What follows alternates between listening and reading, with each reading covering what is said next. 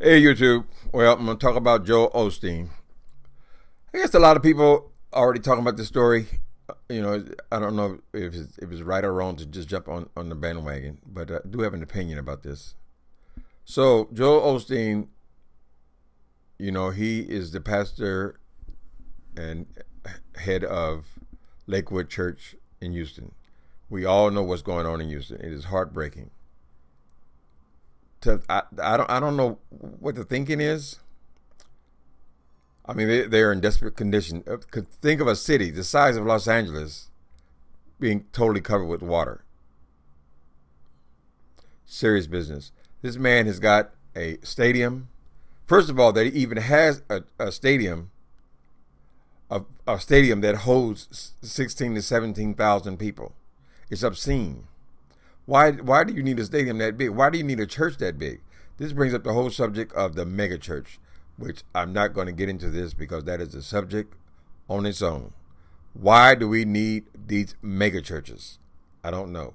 But Osteen is the biggest.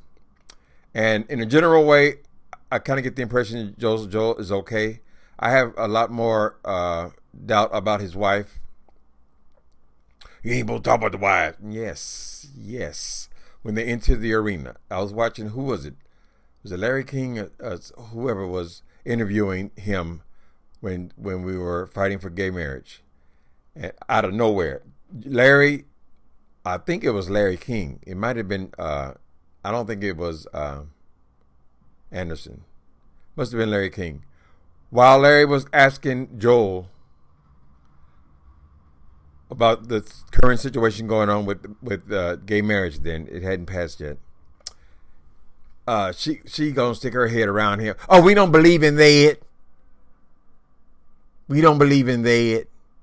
Nobody even asked her the damn question, which tells me that a lot of the decisions that are made in that house come from her. I don't get the same impression about her being as sweet as Joel. Now, I don't know nothing about them. I know they make a lot of money. As a businessman, which is what that is, Lakewood Church, your first thought is going to be the business. I think that's natural. I think it's just something that just happens. How to protect the business, protect your home, protect your family. But after he sat with it for a little bit, and it's only been, the thing has only been going, 3 days? So, Joel, you're wrong for not offering up that stadium immediately when people were being flooded out like that. Apparently, this place sits on a higher level, so it's not being flooded. And he came out and he told what they're calling a lie. He said that his place was inaccessible because of flooding. Now, there's been several people on YouTube who have got with their cameras. Everybody's got a camera now. Are photographing this place to be bone dry. So, that would be the go-to excuse. The place is flooded. That's why people say, okay, it was flooded. We can't go. We can't ask them to let us in a flooded place, right? Then he said later on that, okay, after the shelters have reached capacity, we'll take people on. In a situation like that, you are a Houstonian. You're a Texan. Your community is in crisis. I don't think you should be putting up prerequisites for when you will take people into that church. Now, these people are supporting the largest church in America. I know a lot of these churches are built on poor folk, people who need faith, need to believe in something. They come to these big mega churches hoping for a word. They've been supporting that church. You mean to tell me I can give you thousands of dollars a year, thousands, each family, thousands, each individual goes there, thousands, all of these corporate donations they must receive. And then if my house is underwater, I can't even go and lay down in that church. Aren't the people the ones who built the church? Aren't the people the ones who support this damn mega thing you've built? That's the problem with these mega churches. They build these stadiums. They build. Why do you need a stadium just to preach the Bible? The Bible ain't changed. He don't even hardly talk from the Bible. He's a motivational speaker.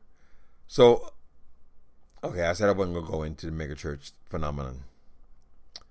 But I will go into this. The decent thing to be would immediately open those doors. Now, I don't blame a man in a crisis situation like that for his first thought to be of his business, because that's what it is. First his family, then his house, property, then his business. I can understand that being initial, but that should have lasted you only moments. So you messed up, Joel. But I'm going to say this. If the man has recognized his error, if it took Twitter and social media and people were reporting on him in order for him to come to his senses, a couple of days is not too unreasonable. So if the man is willing now to do the right thing, he did the wrong thing, it would be fantastic if he'll admit that his initial reaction was wrong, because it was selfishly motivated. If he's able to do an about face and do the right thing, he should get credit for that. He should say, okay, I was wrong. He says that, to me, it's cleaned up. If his church is open now and taking those people in right now, and it took him more than 2 days to make the right decision, it's not for us to call if it was because of pressure or because of just the necessity of doing the right thing. I would give him a pass as a person. That don't mean I agree with the whole mega church phenomenon, anything like that. But if he's doing the right thing right now, I saw pictures of the church. They had beds on the floor. Just because, and that's not because you're a church necessarily, but because you are a business built on the backs of those people that need shelter. It's your community. If you were born in Houston, that's your community. You're supposed to automatically do whatever is necessary. You say, well, everybody else, you don't know what they would do. Well, you don't know what they would do. But you have a facility that will hold up to 16,000 people. And that's with them sitting on the chairs. So laying on the floor, maybe you can get more than that. So anyway, I just saw the news story. If he's doing the right thing now. See, the thing is, thinking about his business, it's not about taking people in, because the storm is only going to last another 3 or 4 days. It's not about that 3 or 4 days. That's not the issue. The issue is when you get them in the church, it's going to be very difficult for you to get them out of the church. So, I'm sure whatever people are in charge of the business, or if it's from him himself, he's thinking long term. If we open up the church for people, I'm sure if he could get people in 3 days and then out, he would be no problem at all. He would open the doors immediately.